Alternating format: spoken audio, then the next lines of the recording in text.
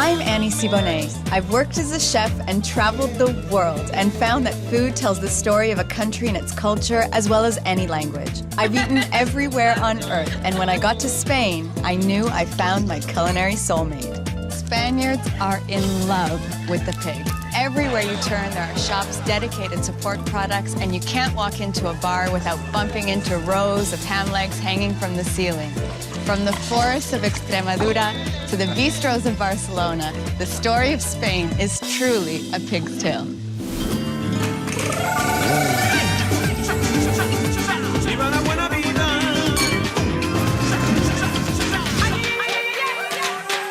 Vive España, vive España y el sabor.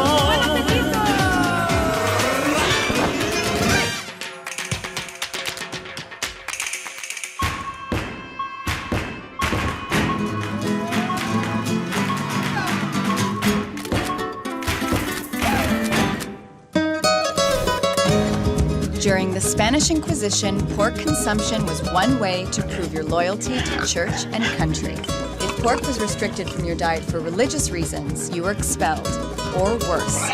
And what started as a dietary decree has evolved into a culinary obsession.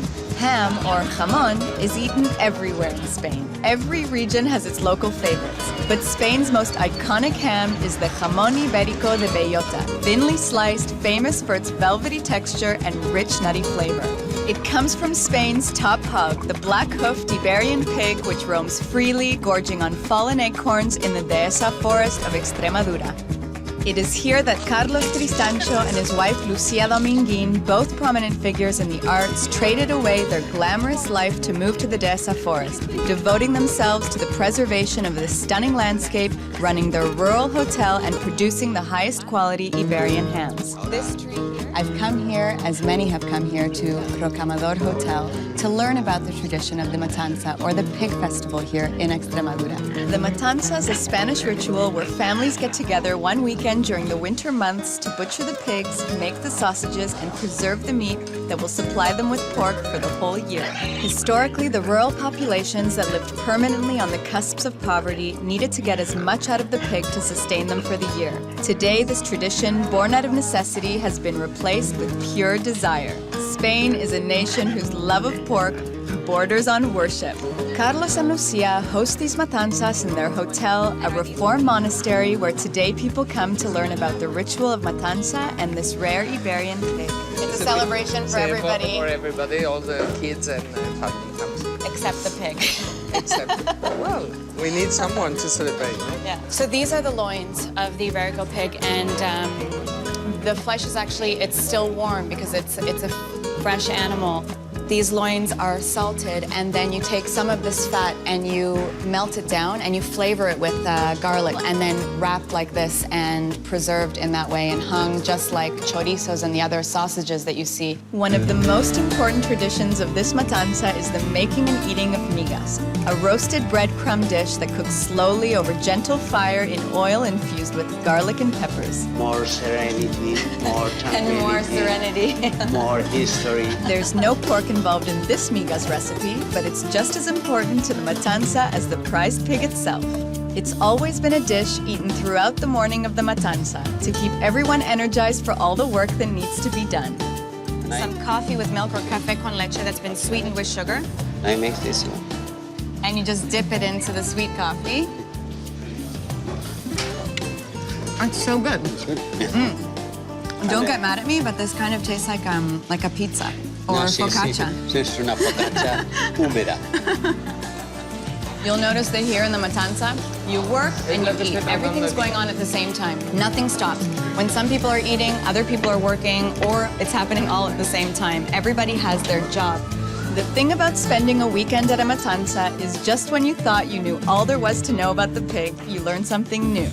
And in Spain, they butcher it differently than other parts of the world, so you discover new cuts that are totally cherished here.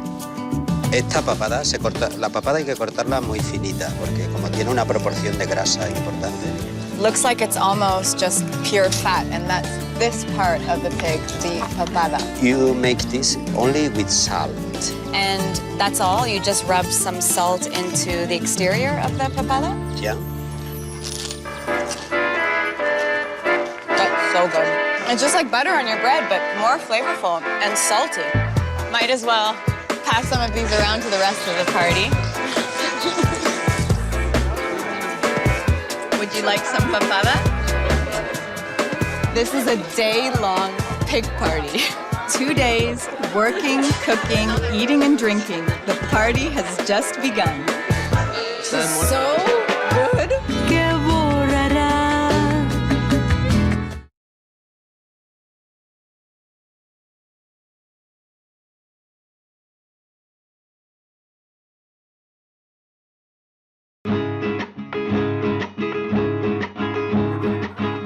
In the Extremadura region of Spain, the 2-day matanza ceremony continues as family and friends gather together to celebrate the reverence for the pig. Well, never mind the dirty dishes, dear. You know what I'm thinking. Everyone has a job, and one of the jobs they gave me was to keep my eyes on the prize. In other words, guard the pigs, which is an easy task so long as you watch where you step. And remember to keep the gate closed. I did this. Who let the pigs out?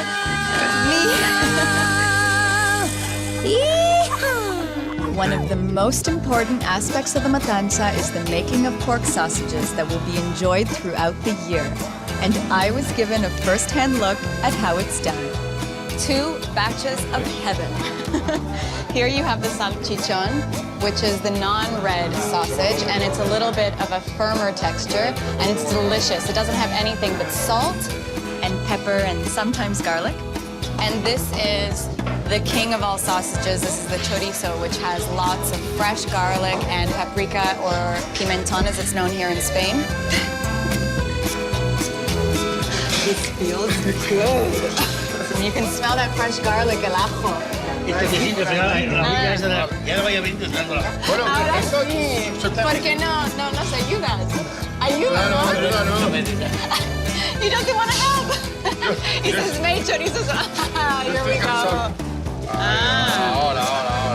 Hey, that looks very different than what I would do. Muchísimas gracias, eh? ¿Hay más allí? He says I have a whole nother batch to do. You can see this is the salchichon, and all that there is in this mixture is black pepper, Salt. and salt, and that's it. I prefer to eat it just like that, not with bread. Es un vicio. Está de muerte. So good. Está bueno. This is Está the muy best bueno. sausage I've ever. Well, you can taste that it's so fresh, that the meat is unbelievably natural. It's fantastic. Entonces prueba el chorizo y dímelo también. Está bueno. So nice and moist and succulent. And the smell is incredible. Like, it smells like this is packed with spices, but it's just the pimentón. Yo me haría un perfume de chorizo. Depende del gusto también, del el sabor que tengas. But it's not spicy at all. It just has a little bit of a punch. After plenty of hard work, the matanza fires up into a barbecue party, grilling some of the finest cuts of Iberico pork. This is the piece that has the most buttery flavor, that's really succulent. This piece is called secreto in Spanish, or secret in English. And one of the reasons why this is called secret is because normally the people who killed the pigs would steal away this piece before anybody found out about it. Carlos is going to prepare this tenderloin as a tataki, and really what he's going to do is sear this, just sear it on all sides, but it's going to stay perfectly rare in the middle. Estas 3 piezas que voy a hacer a la brasa, las voy a hacer con una técnica que es totalmente en contra de todos los grandes asadores. En serio? Sí. In Spain, it's common belief among grill masters that you should never salt meat before it goes on the grill because it can dry it out. However, Carlos heavily salts his meat prior to grilling to prove that it is impossible to dry out a piece of Iberico pork because of its fatty and juicy qualities. But unless you're in Spain, don't try this at home. At this barbecue, not all of the meat that's consumed makes it to the grill. Here we're just mixing all of the ingredients for our pork tartare. I don't know when the last time that you ate raw pork, but here you can do this with this pork because it's so fresh. It's so tender and subtly flavored. And you have the nice crunch of all of those diced vegetables, the capers, and the small gherkins and the spring onions. That's wonderful. And he's using his bare hands to take the meat out of the oven. You put in the water with ice. So that it stops the Good- cooking. Good yeah, the cooking. Yeah, it no? stops the cooking. The outside is so nice and caramelized and perfectly seared. You just don't see pork this juicy and this succulent like that. The secret piece, secreto. This piece has been cooked through because really it has so much fat that you really want to roast that fat so that it becomes all nice and melted. This is the tataki. The tataki is like the pasta. Don't... Overcook it. No espera. You can see that it's just seared on all sides, but it's completely rare or raw in the middle. Some extra virgin olive oil and some Malden salt or a fine flake sea salt. So I'm gonna steal a piece, okay? Oh, wow. That's so good. No. Really? I have to share? Tengo que compartir? Yeah. At the Matanza, you eat all day as you work, but it always ends in a final meal where everyone gets to take a breath and enjoy the fruits of their labor. Look at who I found here, Maria Jose San Roman. She's a chef from Alicante, and we filmed with her. We've been everywhere, Anya. Food always tastes better when you share. This has been the most unbelievable day. What an incredible experience. Salud. Alma mía, cuántos días esperando